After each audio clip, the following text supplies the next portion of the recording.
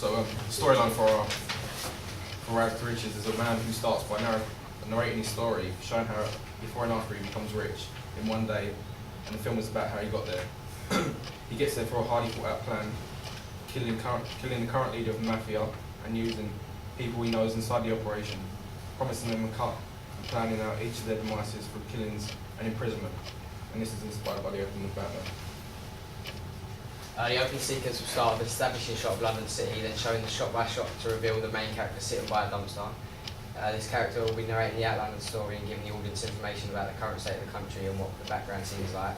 It will then fade to black using the black background of white text featured to show a time change of the next day. The camera will show an authoritative man walking down the street with a lot of money, a fresh suit and a bulging suitcase. His face will not be revealed until the second minute, which will be the very end of the opening sequence we made. The man will be kept secret with a clever use of extreme close-ups and blurred shots.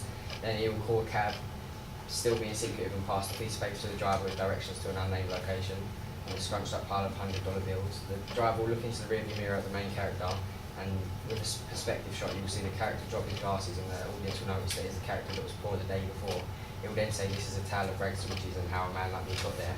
We noticed through our research that in a lot of other films like Godfather and things like that, they've got a story and they're not always in chronological order.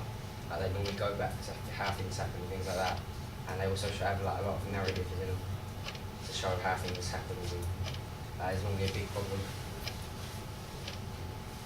The four key areas will be in our opening sequence in the following ways. Editing, there will mainly be covert editing to sequence the clips and to order the main section of the piece, except the narration and sound.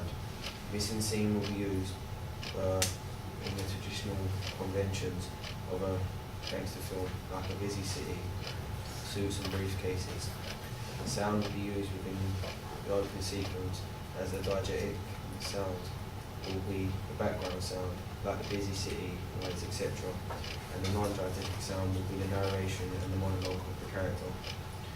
Camera will be used as a lot of close-ups, and long shots will be used to keep the character mysterious, and an established shot will show where the scene is set in London. The main conventions we're sticking to of the gangster movie is that money motivation and the things that they wear, and sort of the fact that there's normally a leader in a gangster movie. And the one that we're going to challenge is the fact that he started off poor, and it's hard to get where you are if you've like not got a background in a gangster film. And normally like they're born into it, but he's just like got there through his own initiative. Okay, that's pretty good. Thank you very much. It's an interesting pitch. I'm having a little bit of difficulty imagining this opening sequence. So we open with a guy sat by. But it says it's the black background with white text saying like the date, the time, and where it's set. Right. And then it will show a man sitting next to a dumpster narrating a story and showing us scenes around London, and he'll say Saying what kind of thing? like how the background of the gangster scene is and like what it's like in the mafia, so how hard it is to get there. And then it will cut to the black and white text again, and it will say the next day. Well, like 24 hours later. Yeah, and then it will be the same man, but you won't know that it's him until the very end of the opening sequence, and he'll be like walking down. And then he'll address the camera directly. Yeah, and then you can look, and then it says that, and then in the narration it says, "Oh, this is a tower of rags to riches, and how a man like me got there." So you've got no dialogue in the story, just going on Just the monologue. narration. Yeah. That can be done. The opening sequence of Goodfellas does it particularly well. You've seen that. If you're going to do an opening sequence with a monologue, you've got to look at that opening sequence. You've seen it. Is this supposed to be American? No, it's not That's a British No, we did change it. Right. What are your inspirations? You never said any films. like Godfather, Goodfellas, and The Departed. The fact that starts with monologue, and like the opening sequence of Batman where it kills off at each person. That's like what inspired our plot. What's your sort of signature turn in the plot? The fact that he's got from being poor, sitting by a dumpster in like a busy city, to going rich in a day. Yeah, it's an interesting enigma. Actually. Yeah, It would because work. it could usually be done by planting a cop like Donnie Brasco. You can't be a cop in that situation, so they're not born into it. But he wants to be part of it, not because he's trying to get the bad guy, but he just wants to be rich. Yeah. Yeah, I think that's quite Okay. interesting. Yeah, I think it's probably Yeah. correct. The shot types, I mean, because you literally wrote by clever filming, that does require you to be technically really sound. that you're going to try and keep people interested by not revealing the character Yeah, for 2 minutes. I So that does place a lot of pressure on your monologue I being. can't remember what film it is, but there's a film where I think it's like a businessman who walks into a building and pretty much all you see is like his feet, his hands, a Mhm. briefcase, and his like tie, just things like that. The other way to do it is to make it look like it's surveillance footage. To make it deliberately slightly out of focus and it's shaky as if it's somebody, trying to film from a Yeah. rooftop or. Like in Born Identity, they Yeah. do a lot of that sort of stuff, don't they? That's a possibility. Yeah. What about people in the room? I would say if you want to try and make it less American, maybe you should try watching some sort of gangster English films like Snatch and things like that. Yeah, we watched that. We watched Yeah. lots of Two Smoking Barrels and that. Guy Ritchie's, again, very sharp on dialogue. Yours will be good, provided your monologues are good. If your monologues sound wooden or too American or not quite right, it will look bad, irrespective of how well you filmed it.